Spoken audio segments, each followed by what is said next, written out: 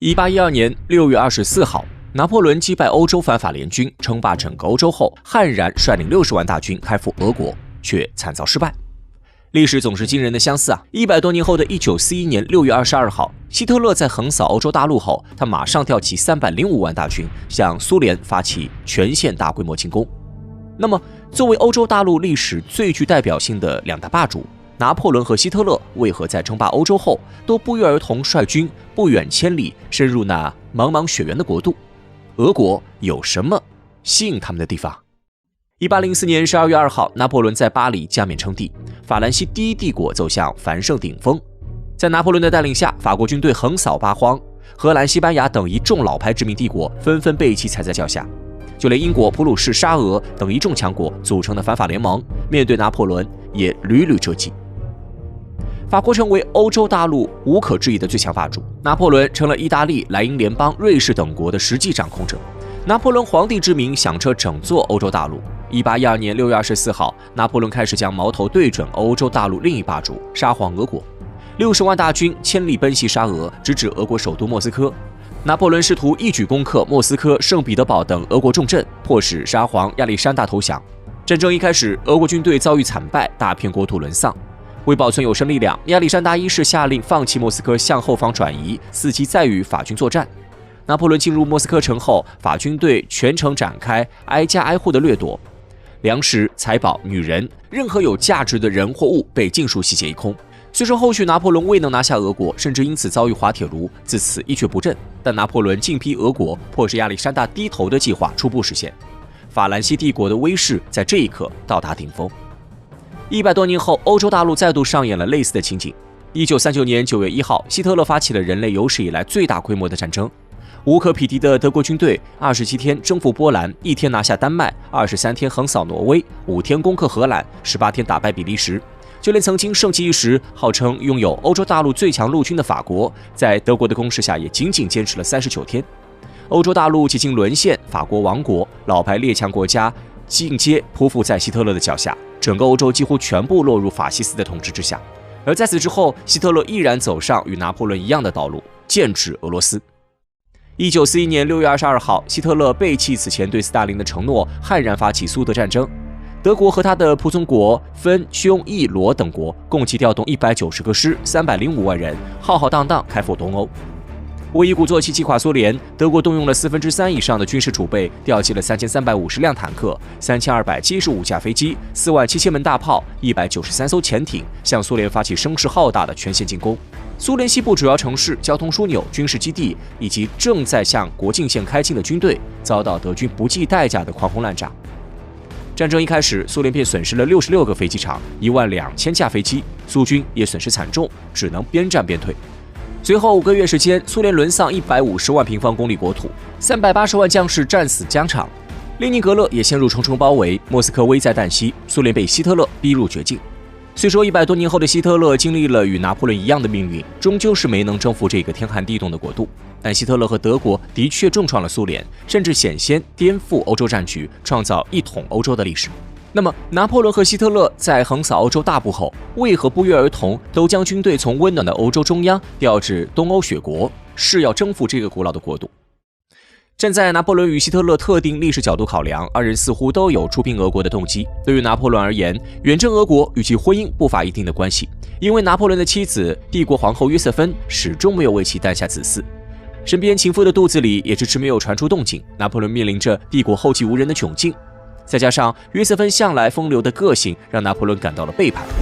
于是他毅然废除皇后，计划从各国王室中挑选一位新的皇后。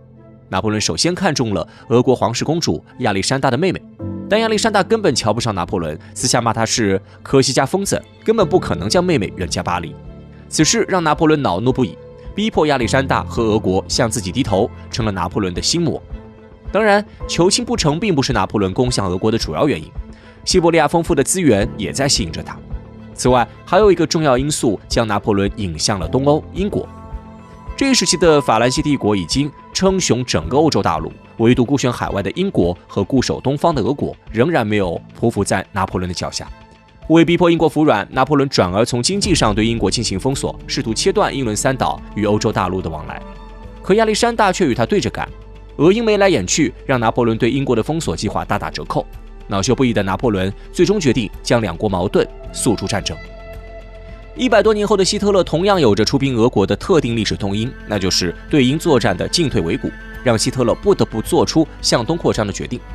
1940年6月，希特勒在灭掉法国之后，面临着英国、苏联2选1的抉择。起初，希特勒的计划是先与英国讲和，策动英国共同瓜分法国的殖民地，可惜被丘吉尔拒绝。恼怒的希特勒随即制定海狮行动，决定发起对英国的登陆作战。但由于天气准备不足、海军实力相对不足等原因，德国军队陷入进退两难的境地。贸然出击势必损失惨重，给反法西斯盟军创造反攻契机。可若是打道回府、鸣金收兵，希特勒又咽不下这口气。再三考量后，希特勒决定先对苏联动手，只要拿下苏联，就能切断英国的物资补给线，保障对英作战的石油供给和持久作战需要。站在这一角度，东征苏联似乎是希特勒征服英国的跳板，不得已而为之的权宜之计。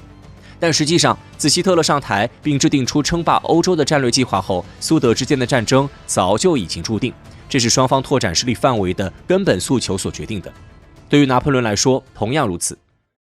俄国自古以来就有扩张领土的野心和传统，每一位沙皇都热衷于此。早在彼得大帝时代，俄国就企图掌控波罗的海、地中海2大出海口，并东侵亚洲，将势力蔓延至太平洋。拿破仑崛起后，沙俄仍在积极推行着扩张计划，因此法俄在欧洲领土的争夺上早晚会出现直接冲突，尤其是濒临两国势力范围的土耳其、波兰、德意志一带。拿破仑曾答应亚历山大将土耳其的摩尔达维亚、瓦拉齐亚划给俄国，但后来食言。恼羞成怒的亚历山大不仅要求拿破仑兑现诺言，还企图得到君士坦丁堡。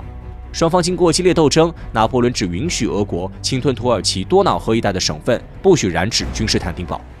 在有关土耳其的争夺上，法俄两国就险些爆发战争。随后，拿破仑在波兰建立起华沙公国，并试图将普鲁士、奥地利等国此前占领波兰的地盘尽数纳入华沙公国版图，这又引起了亚历山大的严重不满。